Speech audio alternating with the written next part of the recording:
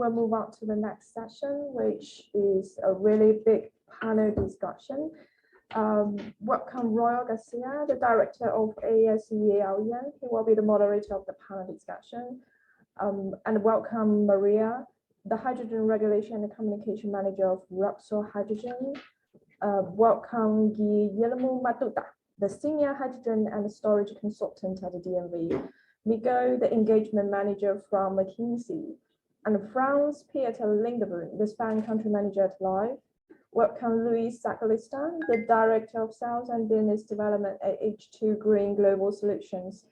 Welcome and linking Gómez, the CEO at Sunrgyze, with Ruben Pozo, the hydrogen sector lead SWE at Bureau Veritas. I'm going to go over to Royal García. Royal? Hello. Hello, everybody. Can you hear me? Yeah, I can hear you very well. Okay. Thank you very much, Yvette. Thank you very much, Energy Box, and it's a pleasure to me to be here in this fantastic panel to learn, because here I am to learn about the big hype, the big age, the big hype, no, the renewable energy and the renewable hydrogen. At ASEALEN, the Spanish Energy Storage Association, short brackets or parentheses, most of the issues that have commented in the previous panel are being faced in our association in ASEALEN. So anybody is interested can contact me, and we'll try to help whatever they need. Okay, close bracket.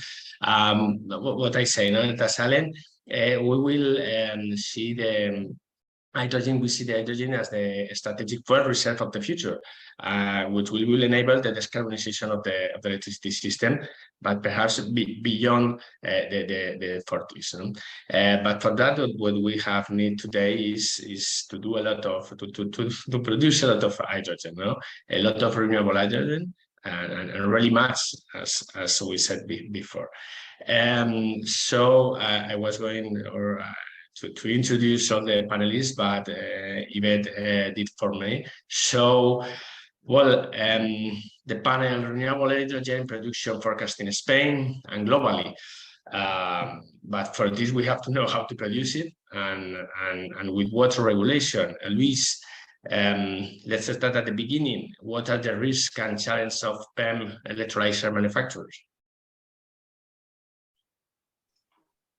Hi, good morning to everyone.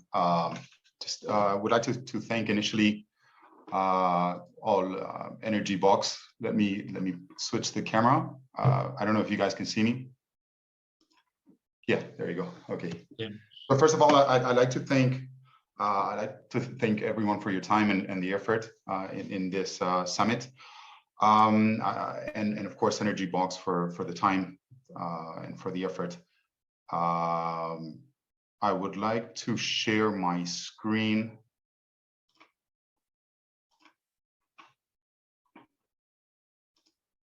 Okay, let me know, please. Let me know when we can see it. When you guys can see it. Yes. Okay. Okay. So today I'd like to share our comments and point of view on the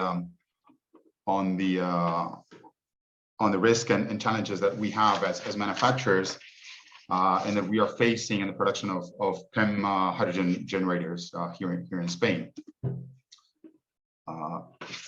I'm new in this, so how do I move? There you go. Okay. So first of all, there are three topics that I would like to discuss. First, a list of the risks that we are currently facing and that could aggravate here in the future. As well, I'd like to comment on the challenges in the manufacturing and technology that we have today. And last, just a quick point of view on how we're shifting in terms of manufacturing to elevate this situation. So initially, and just to put you a little bit in context, I think this was shared before. The current situation in Spain is that we have a potential of 72 gigawatts of installed capacity by 2030, which is initially 7 times more than the following one, which is the Netherlands. I think Ruben shared some points of views We as manufacturers see this a little bit too far in terms of the capacity of manufacturing. Hydrogen H2 Green is getting a manufacturing plant ready in the upcoming months, but our capacity will not satisfy obviously this demand. I also shared a map of the most relevant projects that includes some refineries, some fertilizer plants, and other power plants. And going into a little bit into the context of my speech, we have identified 4 major risks in the upscaling of fabrication of the electrolyzers. Firstly, as you know, electrolysis depends on precious metals, and these are located in certain locations. This is inevitably going to set a new geographical order, and that will differ from the current situation that we have with oil and gas. Secondly, with regards to the membranes, especially manufactured for electrolyzers, although there is a vast amount of new initiatives for the development of these alternative membranes, currently we have a limited amount of manufacturers that have proven products on a global scale. Hopefully, we expect that all the investigation that is done in the membrane research will pay off in the upcoming years. In this sense, PEM technology is still in its infancy. Point 3, which means that the costs are still high and that we need to push with subsidies to get the market in motion. There are developments. H2 Green is also involved in development projects, also obviously subsidized, but we are moving away from precious metals in part of our product. And this is an evolution that will eventually happen. Lastly, and in general, green hydrogen is still new into society, so there is a lack of specialized personnel when it comes to laboratory and assembly operations. Just a quick overview of on the precious metals. As you can see, South Africa is the leading supplier for both iridium and titanium. And platinum, which is in the case of platinum, it's almost 95% of the worldwide production. And also in titanium, China is the main extractor, with a big difference compared to the rest of the countries. The second one is South Africa once again, but this is they're extracting 1/3 of what China is extracting. In terms of the challenges that we are facing, that H2 Green is facing, we have to minimize the production cost by means of industrialization of the manufacturing process. It will eventually, right now, many of the manufacturings are working, let's say, not like the car industry. So this will eventually evolve into more of an automatized and industrialized industry. So it will be, in terms of manufacturing cost, it will be lower. So this will bring, this is a challenge in terms of technology, but it will bring down cost on a global scale, independently on the technology used. Also, we need to apply economy scales by means of increasing the size and number of electrolyzers.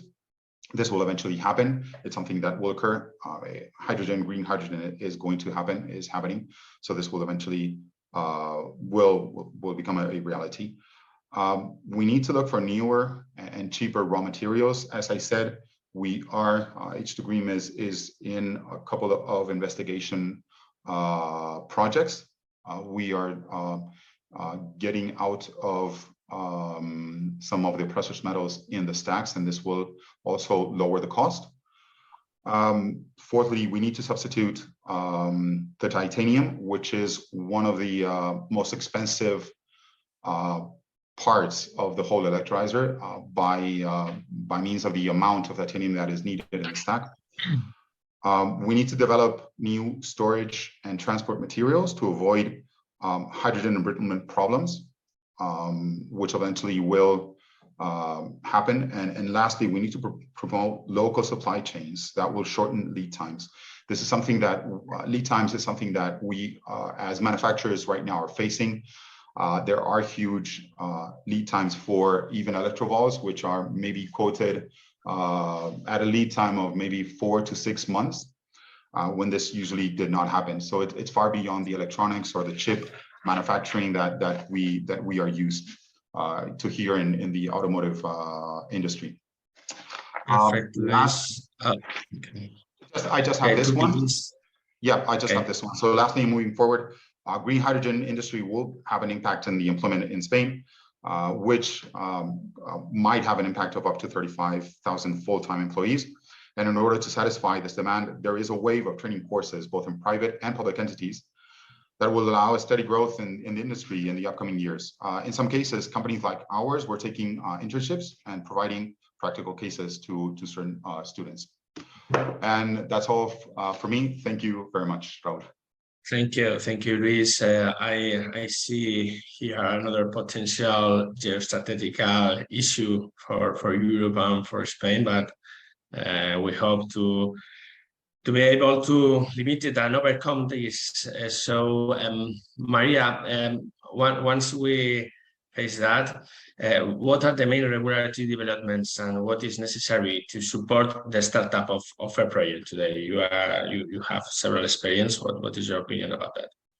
Okay, good morning, everybody. Yes, so straight to the point. I think this is directly one of the risks, one of the that I think the business and all the market actors we are facing, because we are, as has been presented in the previous panel, the objectives of production and of scale up everything and accelerating with the volumes that we need to bring to the market are absolutely unprecedented. They increased a lot with the recent Repower review. So we feel this pressure to deliver the volumes, and the regulation is one of the main critical points in all these things, because I think we should not forget that this is quite a new business that we are developing, quite a new energy vector that we would like for our hydrogen economy in Europe and in Spain, of course, as well. So this should be done in the stable regulatory context. And if you look where we has to develop and to bring all these capacities, the regulations is still is evolving. So we have to make a decision on investments on projects, but taking into account that different cases running different cases, because the regulation is still not approved and is still not adopted. So I think this is one of the key points that we need the stable framework with the predictability to bring the projects and to take the decisions. Because, well, all the projects are presented with 72 gigawatt, but it's still the projects are on PowerPoint and should be delivered. And the thing that is, I think, one of the important issue that I would like to raise with respect to regulation, that it has to take into account all the incentives, I think, and regulation pretty much indicates where it will be the market. So I think the European Union told clearly that they would like to have renewable hydrogen in industry and in transport, and this has been even these objectives have been increased with the recent review in Repower. So from 50% of renewable hydrogen for industry, they proposed 75, and for transport, the RFNBO, their hydrogen mainly from 2.6 to 5.7. So even if it's still recommendations, we feel that these are somehow the indications that where the market should go, where the European Union see in the hard to abate sectors, in the transport, where the market will be, right? And so several indications have been also set with respect to the incentives that the European Union still should to detail. So additional programs will be delivered in terms of Invest EU fund and incentives in terms of carbon contracts for difference and this kind of thing. So still the instruments have to come. And probably one of the main important points, and this is something that this is one of the binding proposals of the latest package delivered in May, with respect to the delegated act, and that has Ruben just presented, with respect to the how can I prove how the market producer can prove that this hydrogen is really renewable. And this has a direct link with the production and with the time correlation, right? So I don't want to repeat what Ruben perfectly explained, but these time correlations and the strict rules to comply with the regulatory requirements, I think could jeopardize the development. So we really need flexibility and step-by-step approach, because we should not forget that this is an energy transition we're talking about. So flexible compliance with the time correlation, with the requirements we would like to put, because in other case, probably it would be possible to bring volumes, but what would be the price in this case? It will bring us to over capacities and to make another design of projects. So I would like to stop here, but I think these are very important points in terms of regulation. Thank you, Maria. That sounds very similar with that we suffer in mini storage facilities in Spain. Even though Repsol is one of the main producers and consumers of hydrogen in Europe, you know the current market, and even you can self-consume, but what about a new player, France? Perhaps you can help us with this. What can you tell about the chicken and the egg challenge between off-takers' commitment and investment in hydrogen production plants? Thanks a lot, Raúl, for giving me the. I work for Live. So just a quick, as you mentioned, we're a newcomer. We're founded in 2017. We started in France. We were the first to have commercially producing green hydrogen. It was a small one. We still produce over there, but currently we have already a pipeline of 93 projects with 4.8 gigawatts of electrolyzer capacity, and we hope to produce 1.6 thousand tons per day in 2028. So we're the newcomer, but it's interesting. But it's true what you're saying. It's like in the transition mode we're currently in. It's a lot of investments on one end on the supply side, where we. Franz, just a minute. Could you try to put your microphone closer to your mouth? Sorry. Okay, perfect. Oh wait. What I'll do is this better? Try again. Is this better? Okay, better. Yes. Yeah? Do it like this. Okay. Perfect. Sorry. So shall I start on Live? You heard my introduction or not? Well, so we're in the. You hear me right now, right, Raúl? Yes. Right. Okay. So Raúl, thanks for the introduction. And on Live, we are a newcomer compared to Repsol currently here in Spain, but we are already 5 years. We are active in the green hydrogen. We founded in 2017 in Nantes, in France. We currently have a pipeline of 93 projects, and we have a total volume in this pipeline of 4.8 gigawatts of electrolyzer capacity to produce 1.6 kilotons of green hydrogen per day in 2028. And we just 2 weeks ago we listed on the Paris Stock Exchange. So we're still small, but we're growing rapidly. And so on the chicken and the eggs complexity, we're currently in the green hydrogen market. We are still in a transitional mode where huge investment will need to be made on both on the supply side and on the demand side. On the supply side, that's obvious on the hydrogen plants, logistical infrastructure that needs to be adapted to the hydrogen age that is coming. And on the demand side, companies will need to invest in changes to the processes, investment in capital like hydrogen buses, etc. So it's like everybody waiting for each other. It may create the potential chicken and the egg where we don't advance. From our perspective, there's 3 key points that we need to really take into mind and we need to focus on. Is the governmental leadership and support, and they need to take that into account, and they do. The partnership, the value of partnerships between companies that are having an important role in the value chain, and to consider starting small and then plan big. So not going, although you hear a lot of stories about the 1 gigawatt or 2 gigawatts of electrolyzer capacity, but it's perhaps better to start small. We are currently also facing this chicken and the egg case in our own company. We got several in our pipeline. We have several projects currently on paper still, but between 10 and also several hundreds of megawatts. We were a pioneer with production of green hydrogen in France, where we installed our first 1 megawatt green hydrogen plant, and currently it's scaling up. And what we found out that once we've produced it, once we were online, we started to find a customer. And so we currently supply, for example, Lidl, that's nearby. They use their forklift trucks to use hydrogen coming from our site.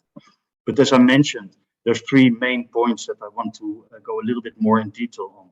Is the support from leadership and governments. It will be critical. It's on one hand, it will be through subsidies, but of course the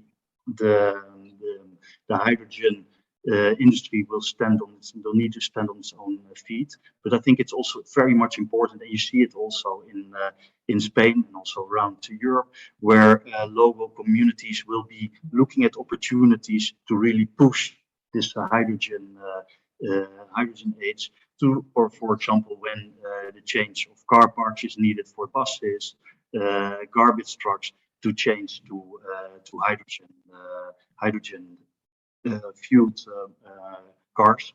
And of course, it's up to us to help local government to make the value proposal for such changes. Then, on the other hand, there's also the partnerships. We need to acknowledge that the complexity of the innovation and towards hydrogen, and therefore partnerships going to be critical, where we are going to make sure that all different knowledge is combined, and also potential risks are going to be leveled out between several companies to make the final success more quick. And then in the end, what I think is important to take into account is make your project scalable. So once you may start with a 5 megawatt project, but make sure that once the off-takers, once the customers are there, that you're able to scale up quickly and make sure that you can supply all the off-takers that are out there. So that were my thoughts. I'm looking forward to have some further discussion on this later. Thank you, Franz. I saw that perhaps we need some kind of, how Maria said, flexibility on complaints, and perhaps we need an egg and a chicken at the same time. I'm not sure how to get that. Perhaps that's the way. Certainly, we have no less thing ahead of us that once overcome, take us to the technical detail of the project. So, Guillermo, what are the main technology aspects to consider in hydrogen projects? Thank you very much. First of all, to the organizers, to Energy Box, for the celebration of this event. And also, I will describe rapidly what we do here at DNV for those who don't know. In DNV, we have been working in the oil and gas industry for the last 50 years. Since the 90s, we are working also in wind and solar technologies. And we have identified in the latest years that hydrogen needs to play a huge role in the energy transition as a decisive energy vector. So for the last 10 years, we have been working in green hydrogen production. The kind of activities that we do are technical due diligence for investors, lenders, project developers who are deciding to bet for these green hydrogen projects. We also work a lot in techno-economic feasibility assessment of the projects. And also we have a huge experience in risk analysis and certification activities. So as a fruit of this interaction daily with the developers, also with the electrolysis manufacturers, we, for example, have launched recently a joint industry project on certification of electrolyzers to produce green hydrogen when directly coupled to renewable energy. And as a fruit of these interactions, we are well aware that, okay, the technology is ready in many aspects. For example, in the case of the electrolyzers, those have been working in steady conditions, at least connected to the grid for the last 80 years, for the case of alkaline technology, for the last 20 to 30 years, for the case of PEM technologies. But there are some uncertainties that will need to be resolved in the following years. And we will see how the equipment behaves when the first projects kick off. No? And entering, for instance, to the case of the electrolyzers, because the distribution and storage of the hydrogen, at least as compressed gas, are things solved. I'm going just to mention four aspects that we believe are very important when thinking about a hydrogen production project. And when it comes to the selection of the technology or the manufacturer, it is very important to focus not only on the capex or just on the contracting aspects that are very important, but also on how the system is going to behave when the project is ongoing. No?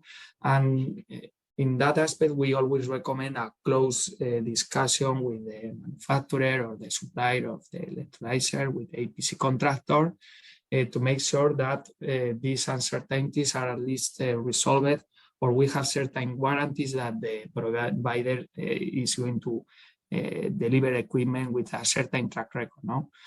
First of those is durability.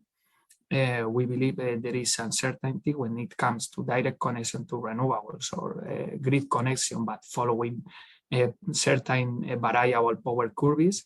It is important to know how the equipment is going to respond and how this could impact the durability of the equipment. No? Because in the end, if we need to be doing cell or stack replacements every X years, this is going to alter the financial models, no, that we have anticipated. Another aspect that we see that is very important in these projects is also to speak clearly on efficiency. No? When you have access to a dataset, normally you will see the factory assembly test efficiency when the device is manufactured. But it is important to speak with the manufacturer openly on how this efficiency may evolve during the lifetime of the project, because this will mean with the to produce the same amount of hydrogen, you will need more electricity. No? And finally, it is also very important to speak on availability, no? Because these are new projects that are starting to be built, especially when we are speaking about several hundreds of megawatts where there are not too much experiences. And it is very important to fix the expected availability of the equipment, because this could alter the expectations in terms of the hydrogen produced. So as a summary, what I would like to say is that it is very important to assess very well the technical risks of the projects. This is something we have been doing through technical due diligence dedicated services. And I will highlight that it is very important to select appropriately an EPC contractor with experience on the ground, with experience in the integration of the technology from the power electronics, piping, etc., and also with reliable suppliers. And in terms of reliable suppliers, we always recommend a track record with similar existing facilities, so that in the end, the project builds over mature experiences. Thank you, Guillermo, for complete. After putting all of these things together, the single or the only thing that we have to do is to eat, this huge market. Miguel, what is the potential and investment opportunities in Spain? What can we expect? Thank you very much, Raúl and the remaining panelists. So, talking about investment opportunities, particularly in Spain, I'll leverage a bit the framework that France was using. So, looking at investments, we look at upstream, midstream, and downstream. Upstream, globally, we estimate that this will take roughly 50% of the total investments. And here is not only considered the manufacturing and of the electrolyzers, but also the EPC required and the renewable sourcing and transmission.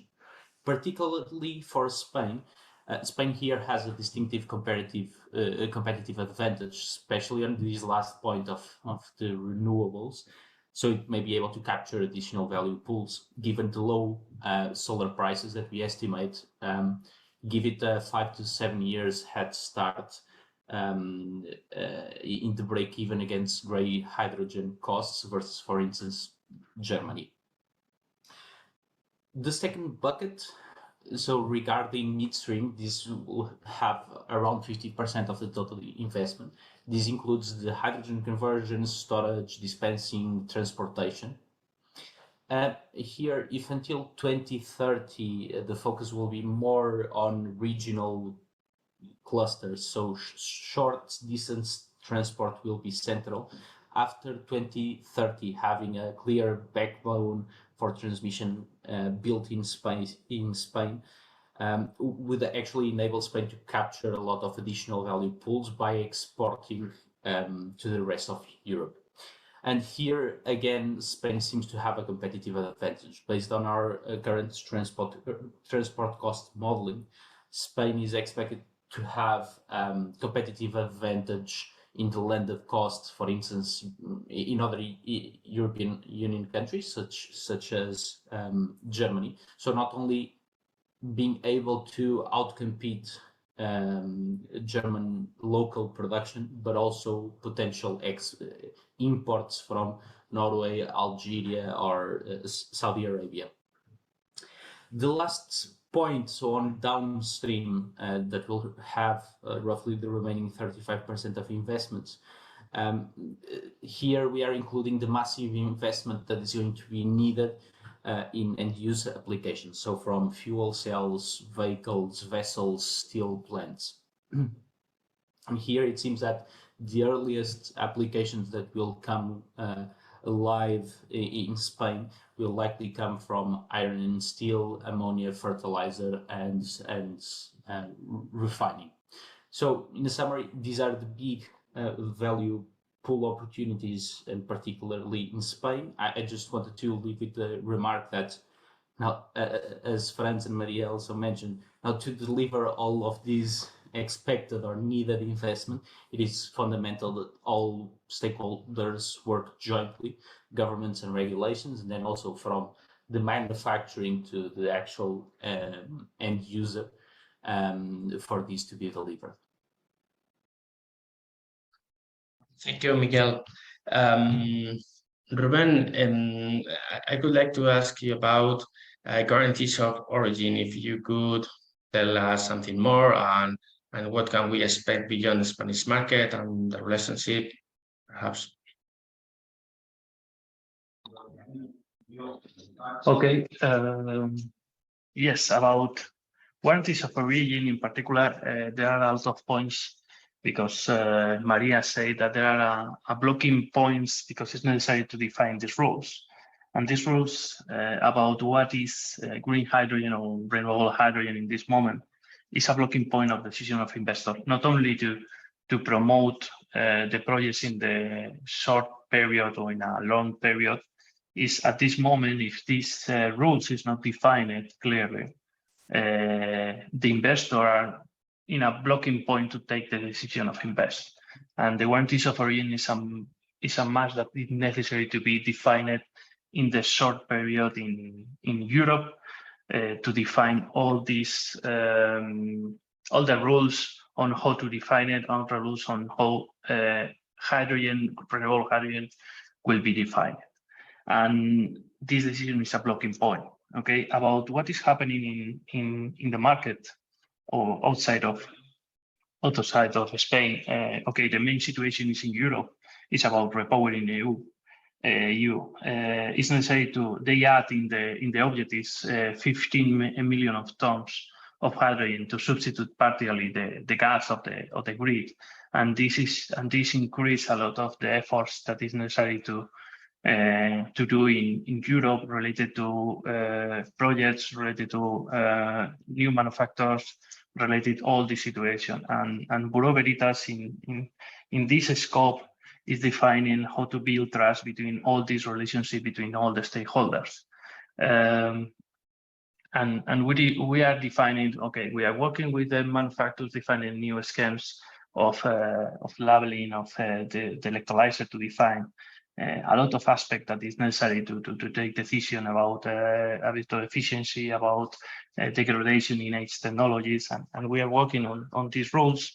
We are working on define the relationship between the investor and promoters to have the capability to take decisions on which technology is selected or in which place can be done the project, or if is complying the regulatory assessment in each region, because we are a global company. We give support in not only in Spain, we are giving support in around the world. We are working with manufacturers around the world, because this market is globally basically, and this is what is happening. But in particular, there are other points in Europe. I think France and Germany are well positioned or better positioned than Spain in terms of having refueling facilities. Okay, here in Spain, we need to increase a little bit more our capacity or our refueling station or our mobility, because we are not positioned as France or Germany, that they are well positioned, but we have a good point of advantage defining on renewable hydrogen, how to produce, because as we know perfectly, all that people are here, we have a huge potential on renewables, and we can create, or it's possible to create in Spain and Portugal, a market or a new industry based on hydrogen production based on electrolyzer. Here we have two examples of new technology or electrolyzer manufacturer with Luis and Enrique, but this appears other manufacturers around Spain and around other countries in Europe and Asia, in China, and we have an opportunity, or there are an opportunity in Spain to grow with this industry. And more or less, it's really interesting, Ruben. Finally, Enrique, after listening of this thing, very easy. If we turn the switch to photoelectrocatalytic technology, what are the 5 differences between these two pictures?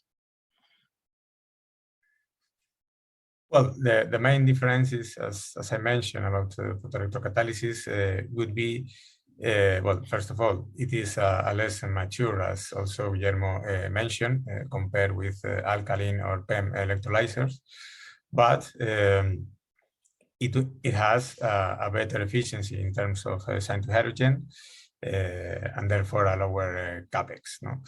It is easy to make a very large plants for producing hydrogen, and it brings some benefits in terms of bias-free operation or warranty of origin. No? But I think that the most important thing is, sorry.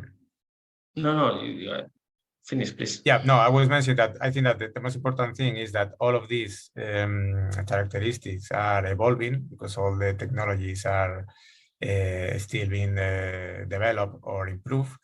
And this is something that in each case, the developers has to check which technology will provide them the lower cost of hydrogen, or the amount of hydrogen needed for the project, etc. Because each project is going to have different circumstances in terms of cost of land or ability of land, solar irradiation or equivalent wind hours, or yes, as I mentioned, the amount of hydrogen needed, etc. So they have to check based on this.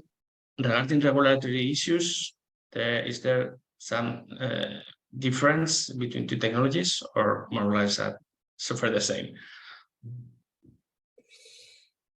Well, I would say that is more or less the same. The main difference in terms of regulatory issues could be if you have an electrolyzer connected to the network, then it's what Ruben mentioned before regarding the guarantees of origin. You have an extra regulation for achieving the green hydrogen certification based on this correlation between renewable energy production and consumption in your hydrogen plant. Okay, thank you, Enrique. Yvette, if you allow us one more question, I have one open question. Does it say something like this? Should this activity of production of renewable energy, hydrogen, be as the traditional one close to oil and gas industry, or should it be closer to PV and wind standards? What is the importance of safety measures in this industry? We can be closer than that PV, or we have to start thinking in refineries.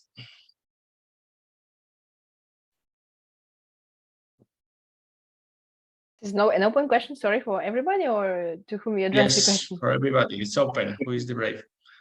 Well, I can get it if you want. I can start at least.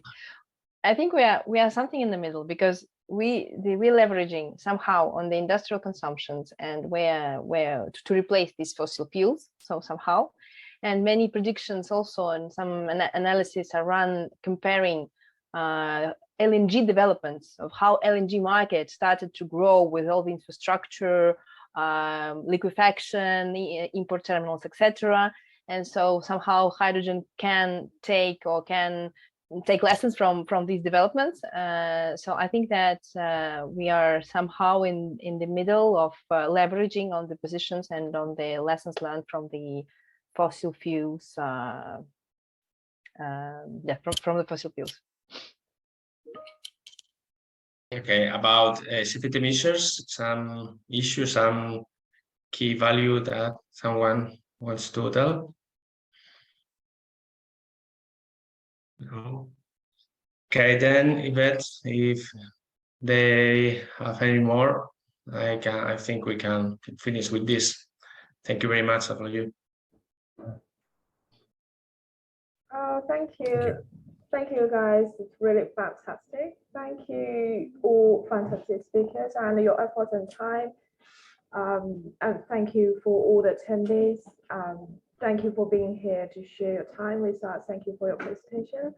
Hope we got all knowledges from them today, and we would like to encourage you to visit our event website, that we will have a solar and a hydrogen conference in Madrid. This will be our third event in Spain.